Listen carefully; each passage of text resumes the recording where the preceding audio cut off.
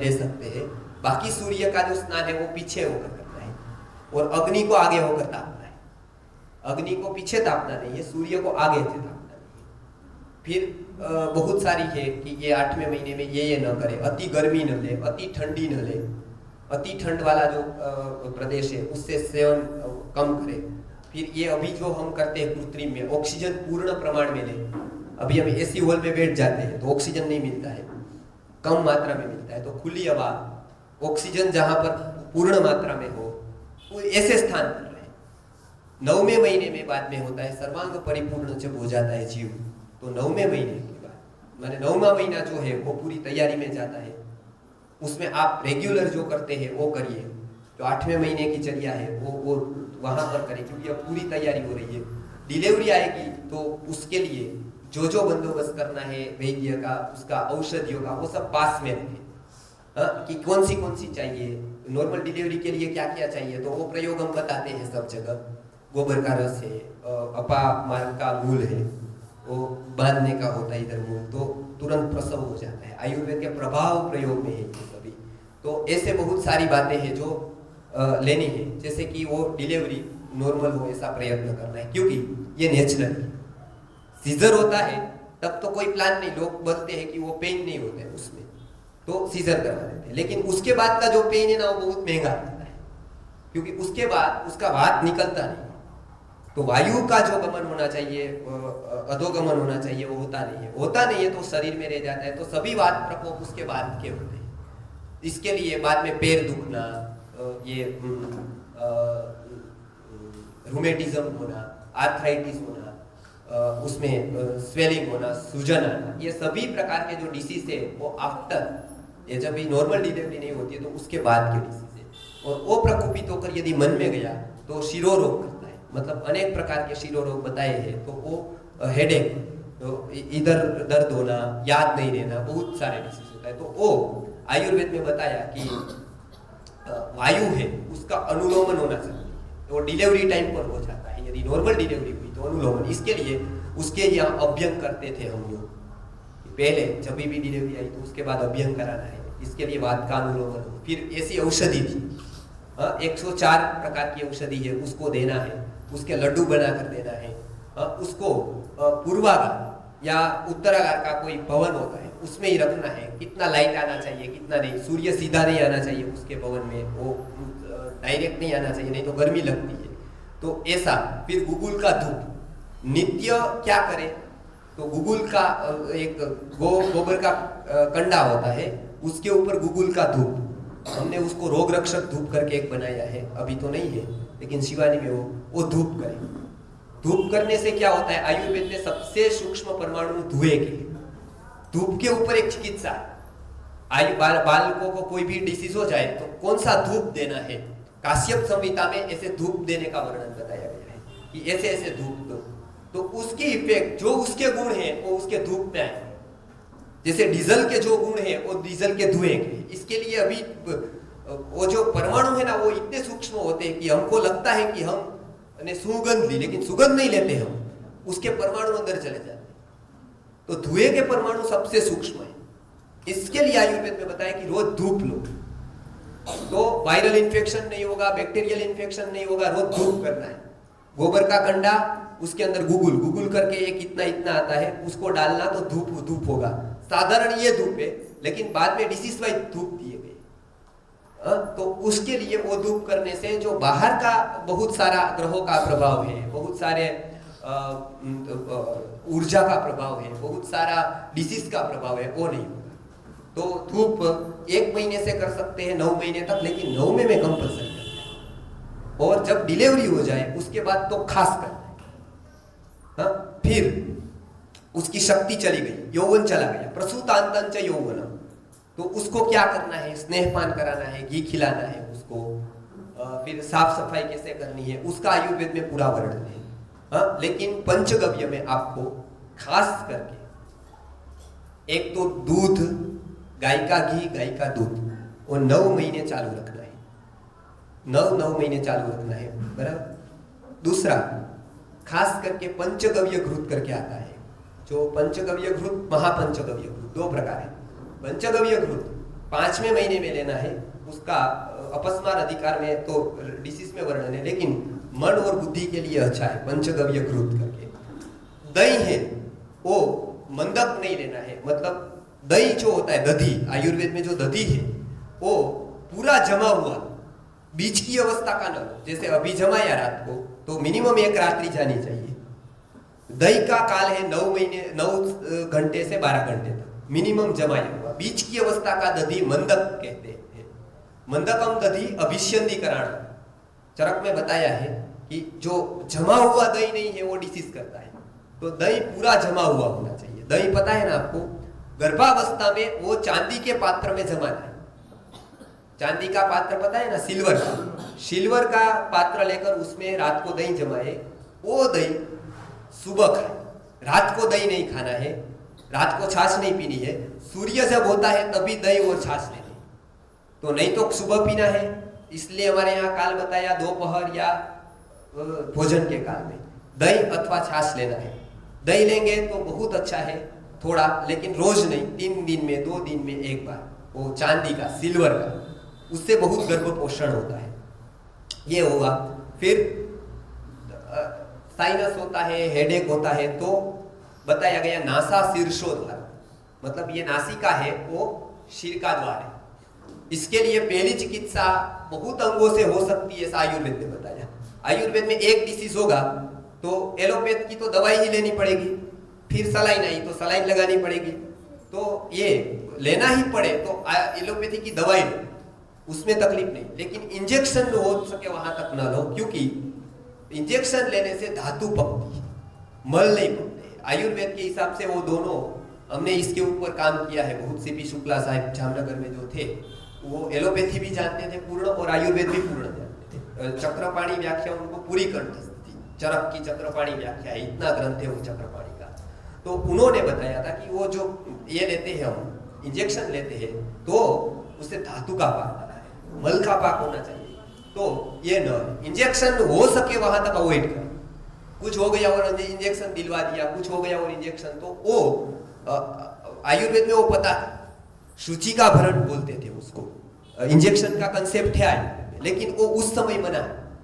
गर्भिणी स्त्री को वो मना है, क्योंकि उसमें डिस्टर्ब होता है, पूरा जो साइकिल जाती है उसकी, सभी रक्त की, उसकी मज्जा की, ओज की, वो डिस्टर्ब। इसके लिए हो सके वहां तक एलोपैथी दवा ना, लेकिन जरूरत पड़े तो दवाई, इंजेक्शन न उस टाइम। ये एक है, क्योंकि उसमें पाक होगा तो बहुत तकलीफ, मानो बाहरी इंजेक्शन में सूजन आएगी, स्वेलिंग आएगी, तो बहुत तकलीफ होगी। बाद में उसके लिए एंटीबायोटिक लेनी पड़ेगी, और बहुत सी गर्भ की हानियां इस सब से हुई है, वो हमको पता नहीं, लेकिन हम जब मेडिकल जर्नल में देखते हैं तो बहुत सारी हानियां इससे होती है। दूसरी बात, बार बार सोनोग्राफी न करवाए तो बहुत अच्छा है। बहुत गर्भ विज्ञान का ध्यान रखेंगे तो होगा ही नहीं कुछ। नहीं मन मानता है तो कम से कम करवाए, वो रेस एक टाइम, वो रेस चाहते हैं, कुछ नहीं होता ऐसा नहीं है। हाँ, वो रेस एक टाइम और वो इफेक्ट करते हैं। हाँ, उसका डॉक्टर मनु जपी एक है जो एलोपैथ के डॉक्टर है, वो एलोपैथ में एमडी, उन्होंने बताया है नो सोनोग्राफी। उन्होंने पुस्तक लिखी है जो गुजराती भाषा में है, और डॉक्टर एमएस वो बताते हैं कि गर्भावस्था में सोनोग्राफी की तो रेस का बहुत बड़ा प्रभाव होता है उसके ऊपर। तो ये सोनोग्राफी अभी वो तो बहुत डिटेल क्या होता है सोनोग्राफी से, लेकिन जो रेस चाहते हैं वो कम से कम जाए। डॉक्टर क्या करते हैं, पैकेज होता है उसका, तो पूरा का पूरा करवाना है, इस टाइम करवाना है, इस टाइम करवाना है, इस टाइम करवाना है। और वो विकास आप देखते हैं, विकास इतना हुआ है, विकास इतना हुआ है, तो हमको अच्छा लगता है, लेकिन वो तो होता ही है। वो तो सोनोग्राफी नहीं करवाई तो भी विकास तो होता है। लोगों को लगता है कि ये 4था महीना रह गया था, कुछ हुआ तो नहीं, तो बोले कि नहीं वो अभी करवा लेना। तो वो डेवलप तो अंदर, वो जब सोनोग्राफी नहीं थी तभी भी ये सब डॉक्टर थे। वो सोनोग्राफी का इन्वेंशन किया, उसका भी विकास तो हुआ था अंदर, तब सोनोग्राफी तो नहीं थी। तो ये सभी जो कंसेप्ट है उसका हमको लगता है लाइटली लेते हैं, लेकिन उसके प्रभाव होते हैं। ये लाइट का भी प्रभाव है, और जितना ज्यादा सेंसिटिविटी होता है उतना ज्यादा प्रभाव होता है। इसके लिए योग शास्त्र, आयुर्वेद, इसके ऊपर बड़ा विचार है। हमको लगता था उस टाइम लाइट ही नहीं थी, तो उस टाइम ये नहीं था, लेकिन उसके प्रभाव लिखे हैं। सूर्य के लाइट का क्या पड़ेगा, बाहर की लाइट का क्या पड़ेगा, वो लाइट जाएगी तो अंदर क्या होगा। तो वो दिव्य चक्षु वाले थे ना, वो ऊपर गए हुए लोग थे। तो आज भी वो साइंस अच्छा वो रहेगा, क्योंकि आपका रेजिस्टेंस पावर कम हो जाता है तो छोटी सी वस्तु भी आपको इफेक्ट कर सकती है। फिर हो सकता है वहां तक हॉस्पिटल जैसे वातावरण में एडमिट नहीं होना है, क्योंकि आज हॉस्पिटल से हम सामान्य लोग भी जाएगा तो पेशेंट बनकर बाहर आए हॉस्पिटल में, क्योंकि थर्ड फ्लोर पर टीबी वाले हैं और फोर्थ फ्लोर डिलीवरी हो रही है। और आश्चर्य वहां हो रहा है कि फोर्थ फिफ्थ फ्लोर पर HIV हो रहा है। ओ ये हम जो करते हैं ना वो इसका फिफ्थ फ्लोर पर ये जब हॉस्पिटल में हम देखते हैं तो ये उसका सीमेंट का उसका प्रक्रिया हो रही है डिलीवरी लाने के लिए। तो और 6th फ्लोर पर जो है वो एबॉर्शन हो रहा है। तो बहुत सारी ऐसी बातें हैं कि जो जानने जैसी है कि वो कैसे कैसे उपयोग करेंगे, उसका क्या करेंगे। तो आयुर्वेद में बताया नस्यम, ये दही खाना है, घी खाना है, दूध खाना है। फिर क्या करना है, मक्खन हो सकता है वहां तक थोड़ा खाना है, क्योंकि वो बालकों के बाद डिलीवरी के बाद में देना है उसको, नवनीत को डिलीवरी के बाद है ज्यादातर कंसेप्ट में। उसके बाद पंचगव्य का नश्य, जो पंचगव्य घृत आता है उसका नश्य जो घृत मंड से बनता है, वो केवल एक गौशाला है उसका मैं बता दूंगा, उधर आया है कि वो लिक्विड टाइप होता है। और वो हम जैसे कि दांत कितनी बार उपयोग कितनी बार करते हैं हम दांत का, 3 बार 5 बार 6 बार। जब खाते हैं पीते हैं तो करते हैं ना, खाते हैं तब तो खास करते हैं। और साफ कितनी बार करते हैं, 1 बार या 2 बार। नाक कितनी बार यूज करते हैं हम, और साफ कितनी बार करते हैं, एक भी बार नहीं ना। वो साफ करते वो तो केवल ये है बाहर का, अंदर का कहाँ करते हैं। दांत कैसे अंदर से साफ करते हैं, ऐसे नाक कभी भी साफ करते हैं नहीं करते ना, नाक तो अंदर से साफ।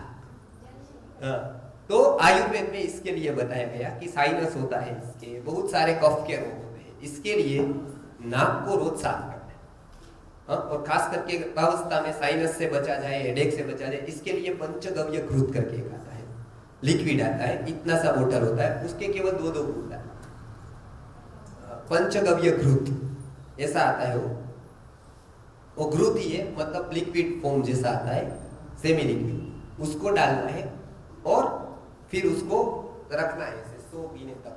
100 हो गया कि पूरा, नॉर्मल अवस्था में भी डाल सकते हैं, रोज भी डाल सकते हैं, उस समय भी डाल सकते हैं। इसका उपयोग ऐसा है कि वो साइनस में, हेडेक में बहुत इफेक्ट करता है। आयुर्वेद की जो नश्य कल्पना है वो पूरे ऊपर के रोगों के लिए है, ऊर्ध्वजत्र रोग बोलते हैं उसको, जितने भी नेक के ऊपर के जितने भी डिसीज होते हैं उसके ऊपर सब पर काम करता है। तो ये स्थिर करने के लिए ये नश्य का प्रयोग किया गया है। फिर स्त्री को रोज बाल में तेल डालना है, इसके लिए शांत रहता है मन, हो सके तो 9 महीना, नहीं तो उसका डिलीवरी के 1-2 महीने। अभी जो हम रखते हैं ना ऐसे ही बाल रखते हैं, अभी कोई ऐसे खुले रखते हैं, कोई ऐसा, तो वो नहीं करना है, बराबर। दूसरी बात कि बाल कटवाना भी हो तो 8-9 मंथ में नहीं कटवाना है, मानो स्टाइल करनी है, कुछ कटवाना है किसी को, ऐसे तो नहीं कटवाना चाहिए। पुरुषों को कैसे बाल रखने हैं, स्त्री को, इसका आयुर्वेद में वर्णन है। उसका बहुत सा प्रभाव धातु के ऊपर है, क्योंकि वो मल है, जैसे नाखून है, जैसे बाल है, वो सभी। तो स्त्री की शोभा के रूप में तो बाल कटवाना ही नहीं चाहिए। उसका सारा का सारा जो रज है वो बाल के ऊपर आधारित है, और पुरुष का जो है वो बाल बढ़ाने नहीं चाहिए। दोनों के लिए कंसेप्ट है, पुरुष को बाल बढ़ाने नहीं है, स्त्री को कटाने। इसके लिए आयुर्वेद में क्षौर कब करना है, कितने दिन में दाढ़ी करनी है, कितने दिन में बाल, वो मेडिकल साइंस की बुक में आया है, ये इफेक्ट होती है उसकी, वैद्यों को कितने दिन में करना है, तो ये सभी है। फिर आयुर्वेद में बताया कि यदि कटवाना भी हो तो 8-9 मंथ में नहीं कटवाना है। जैसे आईब्रो कराते हैं, जैसे इन कराते हैं, वो सब केमिकल वाला है, वो सब नहीं करवाना है, उससे शरीर को तकलीफ होती है, बिना कारण मल चला जाता है। तो ये सब ध्यान में रखना है, एक भी प्रकार का वो नहीं होना चाहिए। फिर क्या करना है, तो ये 9th मंथ के बाद नॉर्मल डिलीवरी आए, इसके लिए आयुर्वेद में बहुत सा बताया है। मंत्र में संतान गोपाल स्तोत्र संतान को लाने के लिए है, गर्भस्थिरीकरण के लिए है। उसके बाद बहुत सारे मंत्र ऐसे बताए हैं जो अथर्ववेद में इसके सूक्त है, जैसे गर्भरक्षक सूक्त है, रक्षोघ्न मंत्र है, नारायण कवच है, ऐसे पयोव्रत है डिलीवरी के लिए, गर्भरक्षण के लिए, इसका पूरा हमारे पास लिस्ट है। खास करके बच्चों के डिसीज में रक्षण के लिए राम रक्षा स्तोत्र है, जो बुद्ध कौशिक ने उसका रचना की है, वो बहुत फेमस है राम रक्षा स्तोत्र। उसका पारायण, उसका आयुर्वेद के ग्रंथों में मंत्र का भी बहुत इफेक्ट बताई, जैसे चरक में, सुश्रुत में, सब जगह लिया गया है कि ये मंत्र बोलो। गर्भ के लिए, उसकी रक्षण करने के लिए कुछ मंत्र है जो हमने कंपाइलेशन किया है अथर्ववेद में से, वो चाहे तो जो जिसको प्रेगनेंसी है उसको हम फॉरवर्ड करते हैं, बोलकर भी फॉरवर्ड करते हैं, लिखकर भी फॉरवर्ड करते हैं कि आप ये इस तरह सा करो, क्योंकि उसमें रिदम ज्यादा उपयोगी है। वो रिदम से कहना है, क्योंकि वो सेटअप रिदम की है। फिर हो सके तो गोबर का लिंपन करके उसके ऊपर रहने का प्रयत्न करना है। जैसे एक कमरा बनाया, उसमें गोबर हो और गोबर के ऊपर हम रहे, तो ज्यादा उसमें पवित्रता है, ज्यादा उसमें ऑक्सीजन का प्रमाण है, ज्यादा सूट है वो।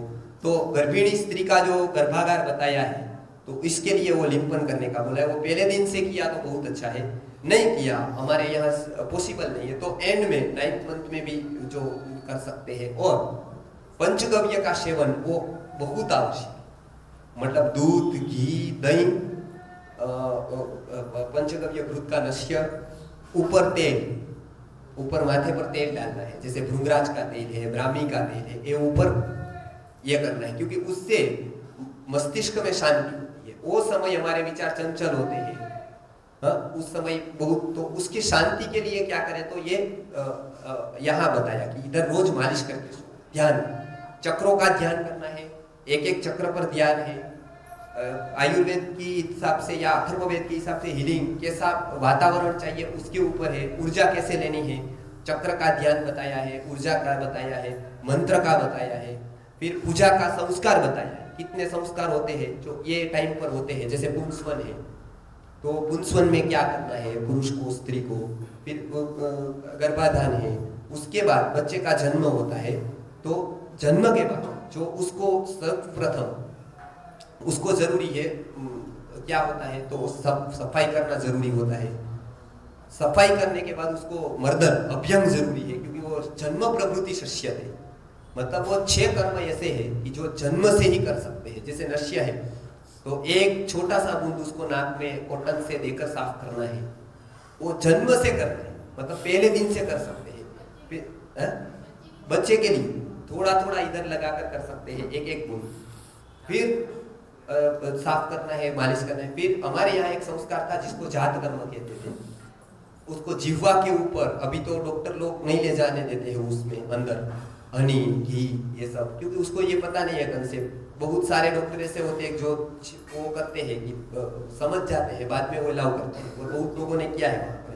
तो बहुत सारी हॉस्पिटल है कि अभी वो समझने लगी है, वो अलाउ करते हैं सभी कि नहीं इसमें कोई इफेक्ट है। तो सुवर्ण प्राशन में बालक के अंदर पहले 2-3 दिन माता को दूध या तो आता नहीं है, 2 दिन। इसके लिए आयुर्वेद में धात्री की कल्पना, माता के अनुरूप ही एक धात्री रखी जाती थी जो दूसरी स्थिति उसकी सेवा करती थी। वो कैसी होनी चाहिए, क्या गुण होने चाहिए, उसको डिसीज नहीं होना चाहिए, सबका वर्णन है। अब याद तो माता के अलावा कोई कराता है तो बहुत लोगों को आश्चर्य लगता है आज के काल में, 21st सेंचुरी में।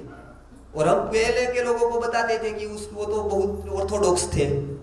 वो ऑर्थोडॉक्स लोगों ने बताया, क्या बताया कि वो एक माता के गुण वाली धात्री चाहिए, मतलब बालकों को स्तनपान कराना है, मतलब उसको स्तन्य देना है, तो माता को जब नहीं आता है तब कौन है, तो एक ऐसी स्त्री कि जो इसकी सेवा भी करे, और जब दूध की जरूरत पड़े तो पूरी हेल्दी हो, उसके सब टेस्ट होते थे, ये कैसी होनी चाहिए, तो ऐसी धात्री को रखना। पहले 2 दिन दूध नहीं आता है, ऐसे तो आता है तो दूषित होता है बराबर, क्योंकि बहुत सारी रक्त वाह स्तोत्र है, फिर ये दूसरे है जो मज्जावाह स्तोत्र है, वो दूषित होते हैं क्योंकि बहुत सारा बाहर निकलता है। तो वो 2-3 दिन जो स्तन्य है वो खून में से ही बनता है, धातु में से होता है, वो रस का ही एक भाग है, तो रस से वो बनता है स्तन्य। तो रस धातु दूषित होने से उसको स्तन्य दूषित आएगा, और उससे बालकों को बहुत अंदर एक टाइप का दूषित बन जाएगा, विष जाएगा, पॉइजन जाएगा। अब उसको निकालने के लिए हमारे यहाँ सुवर्ण होता है। गोल्ड एक ऐसा है जो सुवर्ण ऐसा है गोल्ड जो पॉइजन को रिएक्ट करता है, पहला रिएक्शन गोल्ड के ऊपर आया। इसके लिए जब गोल्ड का जब पहले के राजा थे तो चाणक्य ने क्या बताया कि राजा को भोजन करना है तो गोल्ड की थाली, क्योंकि पॉइजन वाला यदि चावल भी होगा ना तो काली पड़ जाएगी, गोल्ड का तुरंत रंग बदलेगा, और रंग बदल गया कि पता चलेगा कि इसमें पॉइजन है, तो जो भी उसमें डालेंगे उसका रंग बदलेगा, तुरंत रिएक्ट करेगा। तो इसके लिए गोल्ड पहले जाना चाहिए। इसके लिए हमारे यहाँ क्या गया कि गोल्ड कितनी मात्रा में फिर जाना चाहिए, तो उसकी एक बनाई कि एक उतना एक लेना स्टिक लेनी है, बिल्कुल बिल्कुल पतली, वो पतली सली से उसको घिस कर, हनी को घिसे तो उसमें गुण आ जाते हैं। मर्दनम गुण वर्धनम ऐसा है कि एक द्रव्य दूसरे द्रव्य का गुण ले लेता है। घी उसमें है, वचा है जो सुवर्ण को पचाती है, तो ये सभी मिलाकर उसको ओम लिखने का था जीवा के ऊपर, वो पहला संस्कार उसको होता था, और पहला द्रव्य गोल्ड जाता था। गोल्ड जाने का कारण ये है कि जो अंदर गया है, जो कुछ दूषित अंदर गया है, वो डिसीज न हो तो बाहर निकल जाएगा, वो बाहर निकल जाएगा तो कोई डिसीज नहीं होगा, नहीं निकलेगा तो बहुत सारा जन्म से लेकर उसको 1 महीने तक डिसीज बहुत सारे हो सकते। इसके लिए 6 दिन का बहुत रिस्की पीरियड बताया है। इसके लिए विधाता लेख भी 6 दिन के बाद लिखते, ऐसा बताया। वो कोई ऐसे विधाता लिखते नहीं है पेन लेकर या बुक लेकर, लेकिन 6 दिन आ गया तो मानना कि अभी इसकी एंट्री हो गई खाते में, ये बच्चे की एंट्री खाते में हो गई। 6 दिन तक ऐसे रखा है उसको, वेटिंग, एंट्री हो भी सकती है नहीं भी हो सकती है। हाँ, इसके लिए पहले 6 दिन उसका बहुत सेंसिटिव और उसका ध्यान रखना बहुत जरूरी है, उसको कोई डिसीज ना हो जाए। 4 महीने तक अभी देखिए उसका एक एक कैसा माइंड का कैसा सेटअप होता है, क्या हो, तो वो ऑब्जर्व हमेशा देखता रहेगा। उसको आवाज नहीं जानी चाहिए, उसको यदि आवाज गई तो बहुत उसका माइंड है ऑफसेट होता है। हाँ, आज तो क्या होता है, और किस नहीं करनी है उसको, किसी को भी, उससे जंतु संक्रमण होते हैं, मुख लगाना ही नहीं है उसको, फोटो खींचना नहीं है, वो इतना कोमल है, उसको रेस जाएगा ना, हमको लगता है कि मोबाइल से ले लिया, लेकिन उसमें रेस जाता है, हमको वो पता नहीं है कि रिफ्लेक्ट कैसे होता है फोटो, हमको तो लगता है चमत्कार हो गया, फोटो ले लिया और फेसबुक में अपलोड कर दिया, फिर सबको तो लाइक भी सबने कर दिया ऐसा, तो वो तो लाइक किया लेकिन शरीर डिसलाइक करेगा उसको, तो ये उससे कुछ नहीं होने वाला है। तो पहले रेस नहीं जाने चाहिए, प्रकाश नहीं जाना चाहिए उसके ऊपर, अंधेरे में ही रखना है उसको। अंदर जो विष अनेक प्रकार के जाते हैं उसमें वो अभी कैपेबल नहीं हुआ है हमारा टच करे हम, तो माँ के सिवा किसी को छूना नहीं है, पिता को भी छूना नहीं है उसको। धात्री जो उसकी एक सेवा करने वाली बाई होती है वो, और एक माता, दो को ही उसको टच करना है, क्योंकि वो बाहर नहीं जाते हैं, बाहर का उसका कोई इन्फेक्शन नहीं होता है, तो ये दोनों का बताया। स्टरलाइज कैसे करना है, जंतु मुक्त घर कैसे करना है, तो धूप बताया। खास करके ये जो अभी सिस्टम निकली किस करने की, बातें करने की, उससे बालकों को मन में बहुत दोष होते हैं, वो एकाग्र नहीं हो पाता। इसके लिए आज जितनी भी पीढ़ी आप देखेंगे कॉलेज की, हम बहुत दुख होता है, स्कूल में जाते हैं, कॉलेज में जाते हैं, तो इतने चंचलपन कभी भारत में था ही। कोई भी हम देखते हैं, कोई भी बालक वो चंचल है, बिल्कुल एकदम स्थिर होकर कुछ सोचता नहीं। आप कभी भी इसके लिए देखो ना, चलिए 50-60 साल में होने का बंद ही हो गया, कोई सांस्कृतिक ऐसे लोगों की पूरा पता नहीं ऊपर से बंद हो गया, हमको लगता है कि ऊपर से ही बंद कर दिया भगवान ने, लेकिन आज भी आते हैं, लेकिन हम बिगाड़ देते हैं उसको, हम वातावरण ही ऐसा देते हैं, जो अच्छा आदमी आया तो भी बुरा बन जाएगा। तो उसमें ये ध्यान रखना है, उसका एकाग्रता, ऑब्जर्वेशन टूटे। इसके लिए 4 महीने तक, और ऐसे प्रयोग सूरत में तो हमने करवाए, 4 महीने तक उसको एक भी शब्द कान में नहीं गया है। आज ऐसे बच्चे हैं और उसका देखो मेधा की वो बढ़ती है, जितना ऑब्जर्वेशन को टाइम देंगे उसको, उतना उसकी मेधा बढ़ेगी, बुद्धि बढ़ेगी। तो ये देना है कि उसका मेधा बढ़े, इसके लिए शब्द नहीं जाना है, कोई बातें करना ही नहीं है, उधर मौन केवल, और पिता उसका है, उसको भी बाहर रहना है, माता और धात्री दो ही वर्णन है आयुर्वेद में। सुवर्ण प्राशन हमने ये बनाया है, उसको अभी तो हम चालू नहीं कराते हैं, लेकिन 6 महीने के बाद उसका काश्यप का पूरा 3 साल का गुरुजी ने काम किया, पूरे काश्यप समिति के ऊपर वेद को लेकर उसका सुवर्ण प्राशन बनाया। और स्लम्स जितने भी है, अभी 5-7 स्लम्स में तो चालू कर दिया हमने, फ्री ऑफ देते उधर। पुष्य नक्षत्र में कोई केंद्र करना चाहते हैं, आस पास के सोसाइटी के बालकों को देना है, तो हम फ्री ऑफ चार्ज अपनी संस्था की तरफ से उसको देते हैं। और सेल के लिए जो रखा है वो भी संस्था का है, इसके लिए profit no loss no profit इसके स्थान पर हमने रखा है। वो 170 का ही है गोल्ड भस्म का, तो वो बहुत कम रेट में गुरुजी के उसके सिद्धांत के अनुसार हमने वो रखा है, वो मिल सकता है भी बालकों को चाहिए तो। उसके भी बहुत अच्छे रिजल्ट देखे हमने, क्योंकि वो मंत्र से अभिमंत्रित करके उसको बनाते हैं। तो एक हमारी संस्था ऐसी है कि ये सब करके उसको सुवर्ण प्राशन का निर्माण करती है, तो उसको सुवर्ण प्राशन देना है। बाद में 2-3 दिन दूध का दूषित के बाद बहनों को दूध आता है, उसमें 2 औषधि है। जिसको स्तन्य नहीं आता है, जैसे दूध नहीं आया तो क्या करें, तो शतावरी का चूर्ण और विदारी कंद, ये 2 औषधि है। दोनों का चूर्ण मिलता है रेडीमेड, विदारी कंद शतावरी, शतावर चूर्ण विदारी कंद चूर्ण, दोनों आधा चम्मच लेकर मिक्स करके उसको बकरी के दूध में देना है। गोट पता है ना आपको, अजा, तो उसके दूध, माता को कौन सा सेवन करना है दूध डिलीवरी के बाद, तो बकरी का, मतलब गोट का दूध ज्यादा सेवन करना है। बच्चों को कौन सा देना है, यदि माता को दूध नहीं आया तो ऑप्शन, सबसे पहला ऑप्शन है गोट का, बकरी का, हाँ, तो वो पहला ये है। दूसरे नंबर पर गाय का, क्योंकि अजा का दूध, बकरी का दूध बहुत पचने में हल्का है, वो माता के दूध का बरोबर हो जाता है। तो वो फिर उबाल कर ठंडा किया ही दूध देना है, सीधा दूध नहीं देना है उसको। बाहर का दूध तो एकदम नहीं देना है उसको, जो अभी पैकेट का आता है वो तो देना ही नहीं है, उसमें तो केमिकल ही है, वो पचने में बहुत भारी है, गुरु है। तो ये बकरी का दूध ताज़ा हुआ वो देना है उसको, बराबर 3-4 दिन के बाद। फिर रेगुलर उसको माता का ही दूध आएगा, और माता के दूध में पर्याप्त पानी होता है, इसके लिए अलग से पानी देने की जरूरत नहीं है। तो अभी के जो मेडिकल साइंस वाले जो लोग हैं उन्होंने प्रचार किया, वो बताया, तो अभी हर एक बस में गुजरात महाराष्ट्र में सब जगह रहता है कि 6 महीने केवल माता का दूध और कुछ नहीं।